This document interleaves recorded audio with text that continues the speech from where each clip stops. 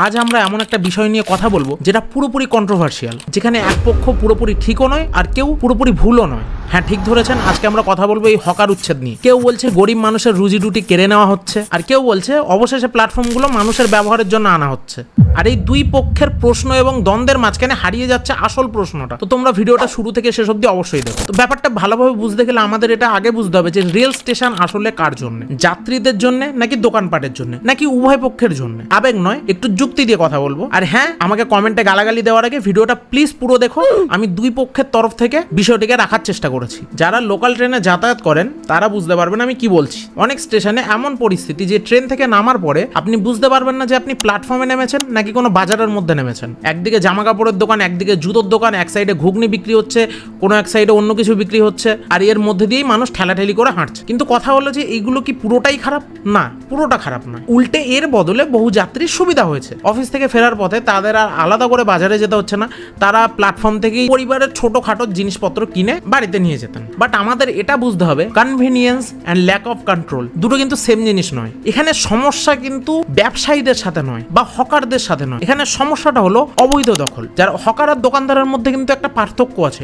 Hawker হলো যারা daily হাতে করে জিনিসপত্র নিয়ে আসে, ট্রেনের মধ্যে বিক্রি করে বা বাইরে বিক্রি করে এবং চলে যায় যে তাদের জিনিসপত্র নিয়ে। আর দোকানদার হলো যারা সরকারি জমির ওপরে নিজের একটা দোকান তৈরি করে ব্যবসা শুরু করে। এখানে কিন্তু হকার উচ্ছেদ হচ্ছে না, হচ্ছে অবৈধ জমি দখল করে বানানো দোকানের উচ্ছেদ। আমি আপনাকে একটা প্রশ্ন করছি, মনে করুন আপনি একটা ফ্ল্যাট ভাড়া নিলেন, ঠিক আছে? আপনি ইলেকট্রিকের বিল দেবেন না, আপনি জলের বিল দেবেন না, আপনি ভাড়াও দেবেন না, 20-25 বছর অব্দি থাকলেন। আর তারপরে আপনি দাবি শুরু করলেন যে আমি তো এখানে অনেক দিন আছি, এটা এবার আমার। এটা কি চলবে?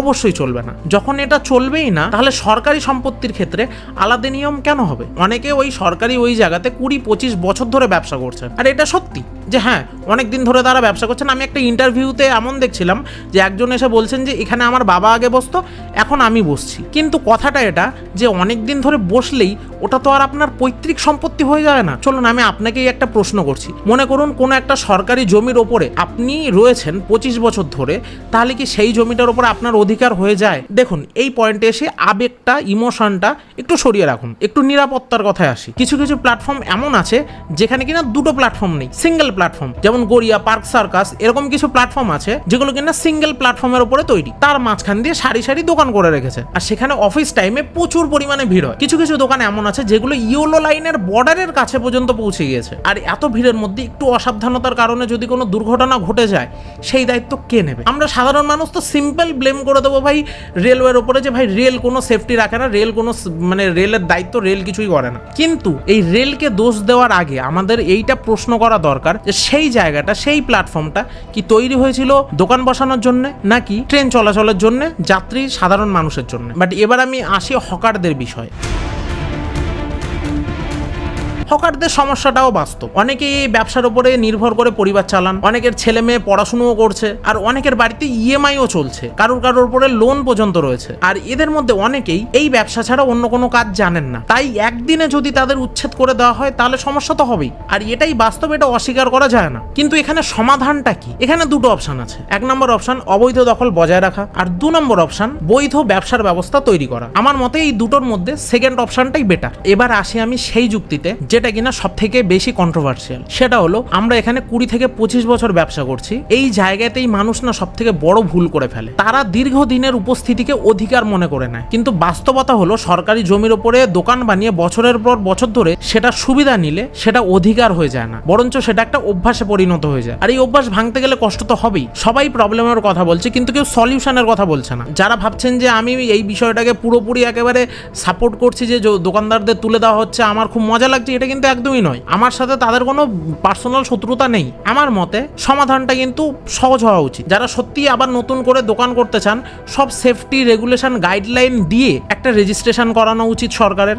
দ্বিতীয়ত একটা নির্দিষ্ট ভেন্ডিং জোন তৈরি করে দিতে হবে সরকারকে, যে এই এরিয়ার মধ্যে তারা ব্যবসা করতে পারবে সেফটি গাইডলাইন্স মেনে। গাইডলাইন্স ভাঙলে রেজিস্ট্রেশন ক্যান্সেল হয়ে যাবে। প্রত্যেকটা ভেন্ডিং এর লাইসেন্সের ফি তৈরি করতে হবে, যাতে পরবর্তীকালে কেউ এটাকে অবৈধ না বলতে পারে। তখন তুলতে গেলে কিন্তু দোকানদারদের তরফ থেকেও দাবি থাকবে যে হ্যাঁ আমার লাইসেন্স আছে, আমি সুবিধা নিচ্ছি সরকারের, তার বদলে আমি ট্যাক্স দিয়ে ব্যবসা করছি। দেখুন আমরা সোশ্যাল মিডিয়াতে না মানুষরা খুব তাড়াতাড়ি নিজেদের ডিসিশন নিয়ে নিই। একদল বলে সব হকাররাই ভুল, আর একদল বলে সরকার ভুল। বাট ইন রিয়েলিটি কিন্তু এতটাও ইজি নয় ব্যাপারটা, কারণ ওই হকাররা কিন্তু পেটের দায়ে ব্যবসা করছে, কেউ কেউ সংসার চালানোর জন্য ব্যবসা করছে, তাদের পুরো সংসারটা ওই দোকানের ওপরে নির্ভর করে চলছে। তারাও হার্ডওয়ার্ক করে টাকা পয়সা ইনকাম করছেন, এটা কিন্তু সম্মানের বিষয়। সেই সম্মানের উপর ভিত্তি করে সরকারি সম্পত্তির ওপর স্থায়ী অধিকার দাবি করাটাও কিন্তু ঠিক নয়। এখানে সব থেকে বড় দোষী কে জানেন? সেটা হলো রাজনীতি। কারণ প্রবলেম সলভ হয়ে গেলে আর ভোট পাওয়া যাবে না, কিন্তু সমস্যা বাঁচিয়ে রাখলে সেটার উপর দিয়ে রাজনীতি করা যায়। আজ যাদের উচ্ছেদ করা হচ্ছে তারা কিন্তু হঠাৎ করে কালকে এসে যায়নি, তারা কিন্তু এখানে বছরের পর বছর ধরে ছিল। তাহলে এতদিন ব্যবস্থা নেওয়া হলো না কেন? কারণ যদি তাদের উঠিয়ে দেওয়া হতো তাহলে তো ভোট কম পাওয়া যেত। হকার মানেই ভোট, হকারের পরিবার মানে ভোট, আর ভোট মানে ক্ষমতা। ফলে যা হওয়ার তাই হয়েছে। আগে যে সরকার ছিল সেও কোনোদিন স্টেপ নেয়নি,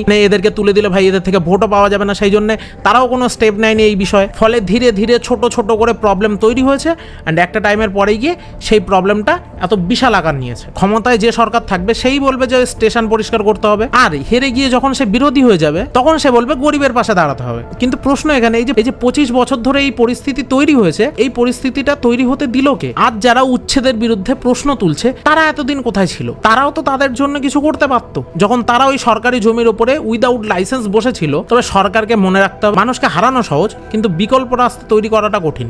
এবার আপনারা আপনাদের মতামত কমেন্টে লিখতে পারেন। আপনাদের কি মনে হয় যে কে ঠিক কে ভুল? এখানেও কেউ এক পক্ষকে সাপোর্ট করবে, কেউ আরেক পক্ষকে সাপোর্ট করবে। তবুও আপনাদের যেটা ওপিনিয়ন, আপনাদের কথা অনুযায়ী সলিউশন কি হতে পারে প্লিজ কমেন্ট করে জানাবেন যে হ্যাঁ এটা একটা সলিউশন আপনাদের কথা অনুযায়ী, যে হ্যাঁ এই জিনিসটা এইভাবে সলিউশন হতে পারে। সবাই তো প্রবলেমের কথা বলছে, প্লিজ আমি চাই আপনারা একটু সলিউশনের কথা বলুন। প্লিজ কমেন্ট সেকশনে এসে একটু লিখুন যে এই জিনিসটা করলে জিনিসটা সমাধান হবে। আজকের মতো ভিডিও এই পর্যন্তই। ভিডিওটা ভালো লাগলে অবশ্যই লাইক শেয়ার সাবস্ক্রাইব করে দেবেন। দেখা হবে পরের ভিডিওতে। বাই।